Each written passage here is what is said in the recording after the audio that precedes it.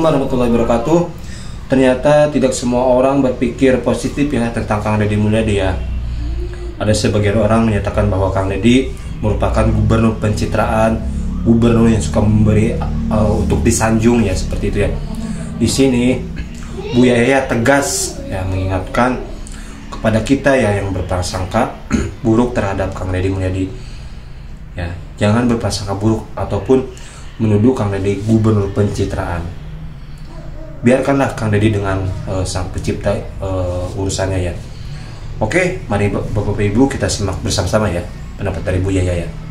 Dan terus dipiralkan sejumlah media, sosok hebat Kang Deddy Mulyadi yang kini makin marak diangkat usai sederet pertolongan yang dilakukan hingga terus meramaikan sederet kabar panas di tanah air.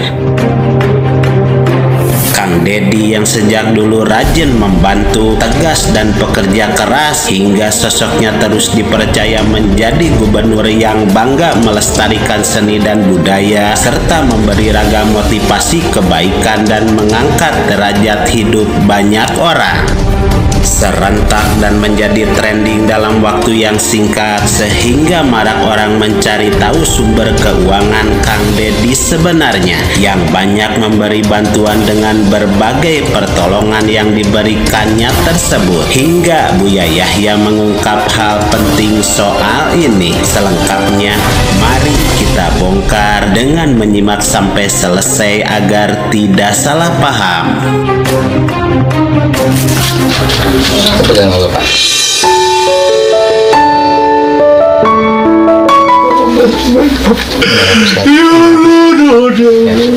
Ini 23 juta. Nanti saya genapin jadi 40 juta ya.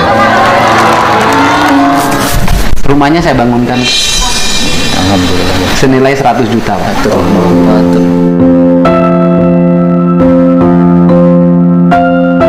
Ini saya tambahin modal ibu. Lembur pandinengan Orang baik. alam nyanggap papa sangat. Inilah sosok gubernur yang berhasil mendapat banyak dukungan dengan sejumlah aksi pertolongan dan perbaikan yang marak diserukan hingga membuat namanya mencuat hebat di Jawa Barat.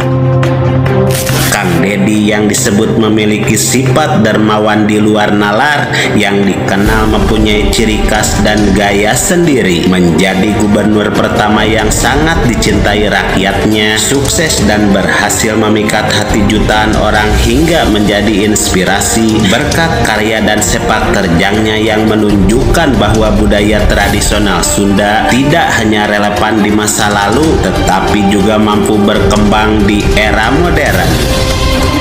Konsistensi Kang Deddy dalam menjaga warisan leluhur menunjukkan dedikasinya untuk terus melestarikan dan mempopulerkan budaya Sunda melalui banyak kebijakan yang positif serta membantu ekonomi dan permodalan dengan mengembangkan berbagai usaha lokal.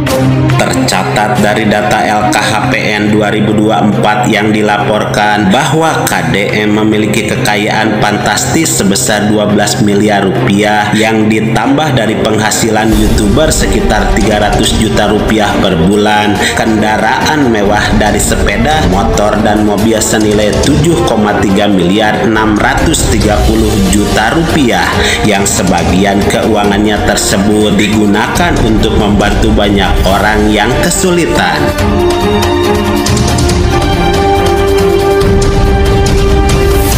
Tetapi di tengah banyaknya pertolongan yang diberikan Kang Deddy Mulyadi dengan memberikan sejumlah biaya usaha, bantuan modal binatang ternak, bantuan pembangunan rumah, hingga pengembangan pertanian dan seterusnya, nyatanya masih saja banyak dari para pembenci memberi komentar pedas bahwa segala bentuk bantuan yang diberikan Kang Deddy adalah demi kebutuhan konten pencitraan, pamer hingga ria belaka.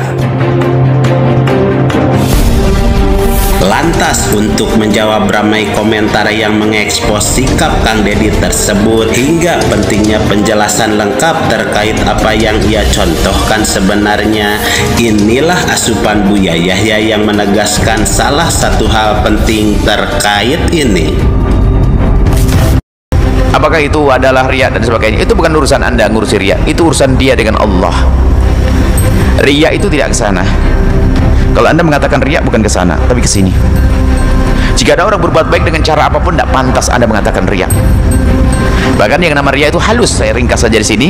Akhfa min tabibi namlatis sauda ala sakhalis samma fil lailati dzulma. Yang namanya riya itu lebih lembut dari langkah kaki semut hitam berjalan di atas batu hitam di dalam kegelapan malam. Anda ngulangnya susah. Jadi maka riya bukan urusan Anda ngurusi orang lain, urusan diri sendiri. Begitu sebaliknya, anak. Ada orang kelihatan riya tapi belum tentu riya. Nggak usah ngurusi orang dia. Ada orang berbuat baik, alhamdulillah. Pamer. Pamer. Pasti yang suka ngomong begitu jarang sedekah dia. Maksudnya dia nggak mau ada orang lain berbuat baik, dia pelit. Sebab dia akan dijelekkan nanti, dia pelit, ketahuan. Makanya kalau sudah ada orang berbuat baik, terserah caranya ngomong gimana, bukan urusanmu.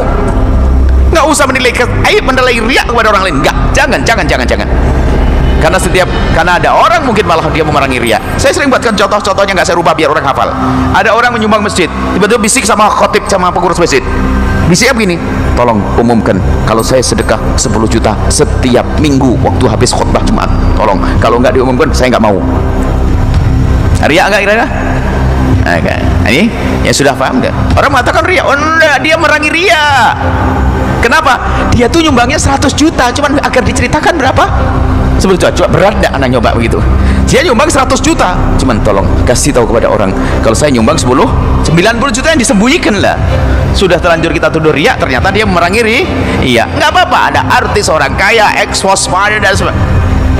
Enggak ada masalah. Tapi urusan pribadi itu yang rugi kalau Anda ternyata bukan karena Allah. Ini loh, kalau melihat orang berbuat baik, doakan, ya Allah jangan sampai dia riya. Tinggal gitu saja, semoga dia ikhlas. Kalau Anda marah ke Dumel, itu pasti Anda sendiri biasa nggak ikhlas. Sudah pasti itu, nggak mungkin ya. Orang punya kaidah kok. Kalau ikhlas kan, ikhlas itu tulus karena Allah, nggak pernah seudon-seudon begitu. Sedekah gitu aja sok. Maksudnya ngomong saya lebih banyak dari itu, nggak ngomong-ngomong. Maksudnya pengen ngomong gitu, nggak ada lanjutannya dia. Pokoknya lihat, hati-hati. Kalau gampang komentar dengan orang berbuat baik, berarti dia sendiri nggak baik. Kan sudah dijelaskan, sedekah itu boleh terang-terangan, boleh sembunyi. Sedekah terang-terangan apa? Adalah untuk memberi contoh pada yang lainnya. Sembunyi adalah untuk menyata hati kita. Bisa dua-duanya. Apalagi betul Anda insya Allah hatinya baik, melihat orang berbuat baik, Anda terpacu untuk niru kayak dia.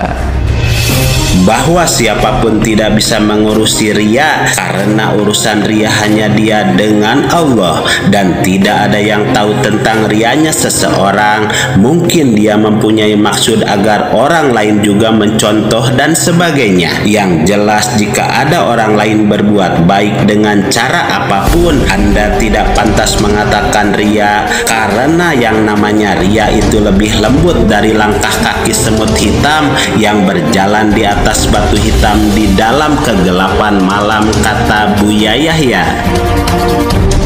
Menyetujui untuk menaikkan cukai rokok sebesar 10% untuk tahun 2023 dan 2024. Karena cukai rokok merupakan rata-rata tertimbang dari berbagai golongan, maka 10% tadi akan diterjemahkan menjadi kenaikan bagi kelompok dari mulai sigaret, kretek mesin. Kenapa rokok ilegal marah? Karena cukai rokoknya mahal. Karena cukainya rokoknya mahal, maka rokok ilegal marah. Orang memilih rokok yang lebih murah. Nah, kemudian saya punya pendapat bahwa saya minta tidak ada lagi kenaikan cukai rokok. Kalau logikanya kenaikan cukai rokok untuk menekan agar rakyat tidak membeli rokok, malah terbalik. Dengan kenaikan cukai rokok, rokok semakin mahal, tetap beli rokok lebih utama daripada beli telur untuk anaknya. Nah, akibatnya adalah masyarakat miskin itu makin miskin karena dia mengejar beli rokok dan mengorbankan gizi dan protein bagi anak-anaknya. Ini penting ya, ini penting.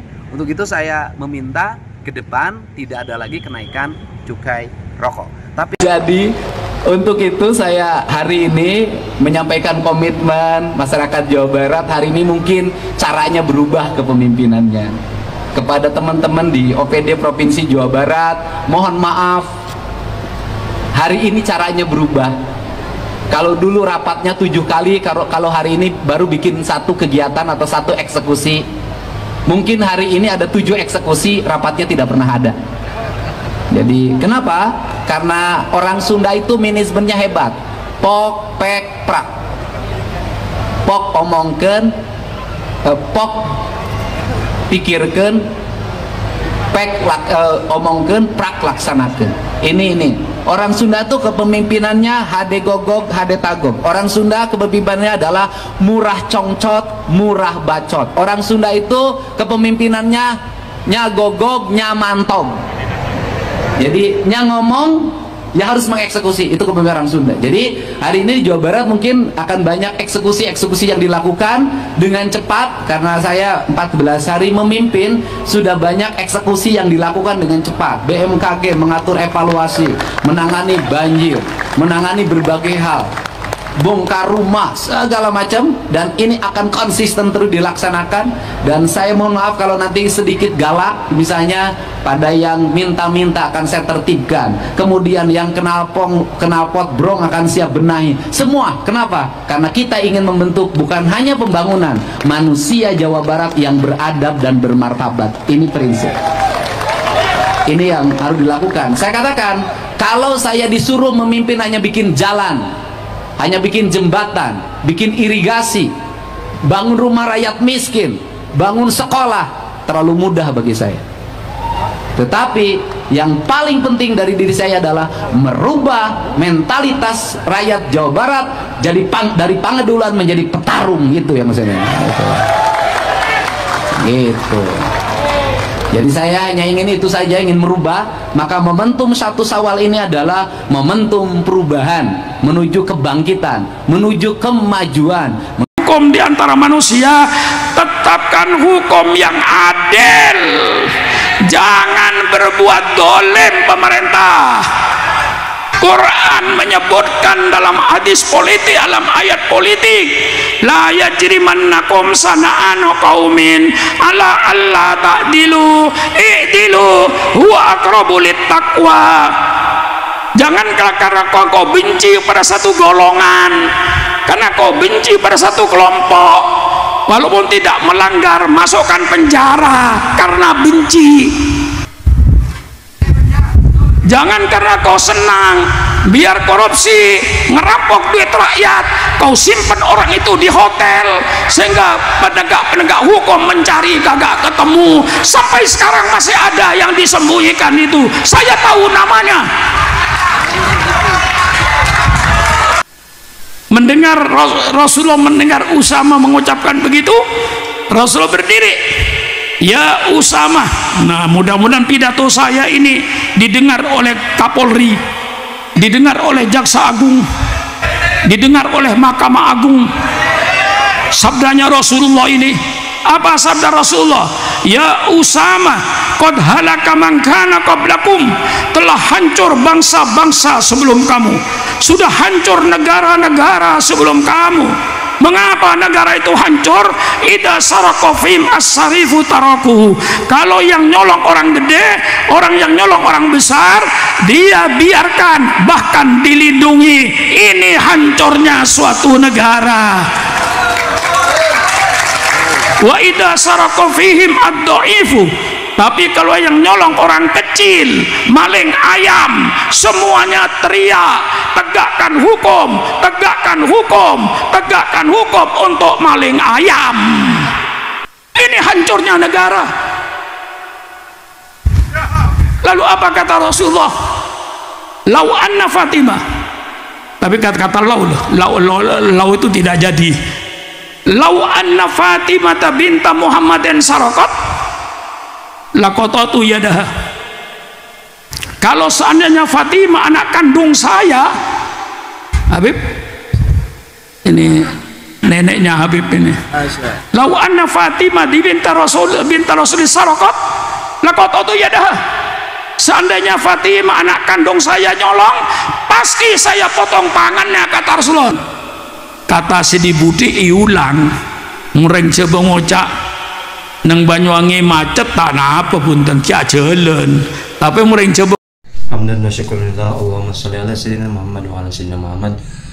Itu dia tadi Bapak-ibu pendapat dari Bu Yaya mengingatkan kepada kita agar kita tidak berprasangka buruk kepada seseorang ataupun kita ya menuduh yang enggak ya, ataupun ya kita menyebut orang itu ria ataupun apa, itu tidak boleh ya. Biarkanlah orang itu dengan Tuhannya yang tahu ya. Kita hanya bisa mencontoh ya perbuatan yang baiknya seperti itu. Terima kasih, sampai berjumpa di video. Assalamualaikum warahmatullahi wabarakatuh.